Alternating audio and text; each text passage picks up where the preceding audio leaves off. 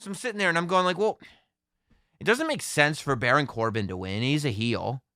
It doesn't make sense for Sami Zayn to win. He's a heel who just lost the Intercontinental Championship. Doesn't make sense for Nakamura to win. He's a heel. He hasn't really been doing anything. I wonder if Cesaro is going to be with him in the ring or, at ringside or whatever. And I guess Rey Mysterio could win, but I was like, are they just going to do this Daniel Bryan? This is a weird lineup. And then come on TV and they say Scrap Daddy Adam Pearce is going to be in the match. And I'm like, okay, I wonder where they're going with this. But when I actually watched the match and I realized that Nakamura and this groundswell of support was building in Nakamura's favor, and it's all because of what he was doing in the ring. I was like, whoa, there is something else going on here, okay? Nakamura came out for months and months and months. He's been a heel. He's been part of a tag team. And he's been so far removed, not only from the title picture, but from the singles division in general, that, he hasn't even been a thought when it comes to, who could be an opponent. And he comes out, and you're like, I thought he was a heel. Is he a babyface now? And also, where's Cesaro? Is that his partner? And within 5 minutes, you're not even thinking about it anymore. You're just like, oh, wait, I forgot.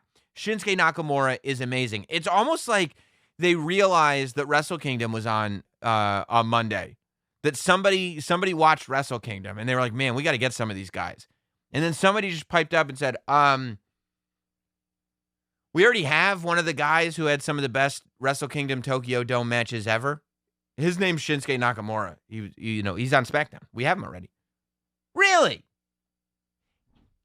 He's a Wrestle Kingdom guy. Yeah, we have him. Oh, we'll just have him do some Wrestle Kingdom stuff then. Hey, Nakamura, we want you to go out there. We want you to be good. We want you to beat everybody. Oh, okay. Yeah, I can do that. Oh, that's what you want? Oh, yeah, I can do that. And then, boom, here he goes. Now, I tweeted, and then having him, what was amazing was seeing him pin Daniel Bryan. And that's when you realized how much work he had gotten done in this match. He walked into the match, a bad guy who was part of a tag team that had lost the championship a while ago and had nothing going on.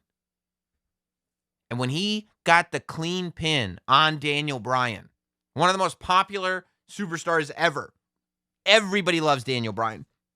When he got that pin, because of what he had done in the match, inside the squared circle, the whole crowd was on his side. It was like, whoa, Shinsuke did it. That's awesome.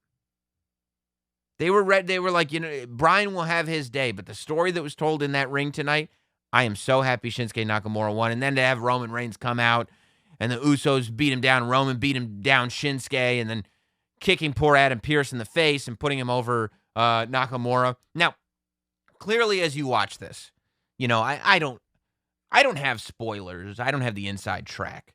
But if you think that Adam Pearce versus Roman Reigns is going to be your Universal Championship match at the Royal Rumble, you might have just started watching wrestling this week, which is fine if you did. Welcome to the podcast. I'm glad to have new fans always, but I will tell you, I can't imagine that's going to be your match at the Royal Rumble. I know they made a graphic. That's what you're telling me, but they made a graphic, Sam. Marsh is in the Patreon Discord right now going, Sam, they made a graphic. It's going to happen. Scrap Daddy is taking the title all the way to WrestleMania. And I guess it could happen. Anything can happen in the WWE, but probably not this. I think this is a great story, and I think it's leading towards building support for Nakamura, and that worked tenfold. It might have worked too well, not for our sake, but for the sake of the plans of WWE. That's what I was thinking. I sent this tweet out, and I wrote, if they're not careful, it's going to be NakaMania heading into WrestleMania. Because I'm watching this match, and I don't think WWE is sitting there going like, let's build Nakamura how we built Kofi Kingston. I don't think that the goal is to bring Nakamura to WrestleMania. I think the goal is to just put some oomph on him, and that way we can take him to the Royal Rumble in 3 weeks to be a challenger for Roman Reigns. And to be a challenger for Roman Reigns, you don't have to have the audience think that you're going to beat Roman Reigns. You have to have the audience want you to beat Roman Reigns. Nobody thought Jey Uso was going to beat Roman Reigns, but people wanted Jey Uso to beat Roman Reigns. Nobody thought Kevin Owens was going to beat Roman Reigns, but people wanted Kevin Owens to beat Roman Reigns. I don't think many people actually think Shinsuke Nakamura would go to Royal Rumble and take the title from Roman Reigns.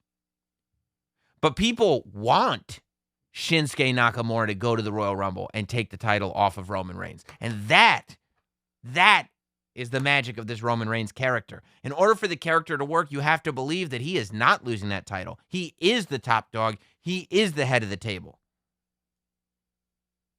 Now, the reason why I said if they're not careful, and the reason why I said that they might have done too well on SmackDown, is because I was getting major Kofi Kingston vibes.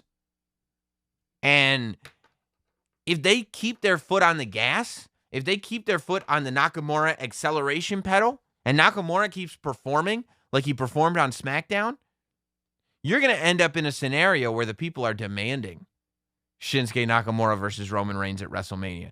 You're going to end up in a scenario where you have inadvertently created NakaMania. You wanted a Naka-Fest.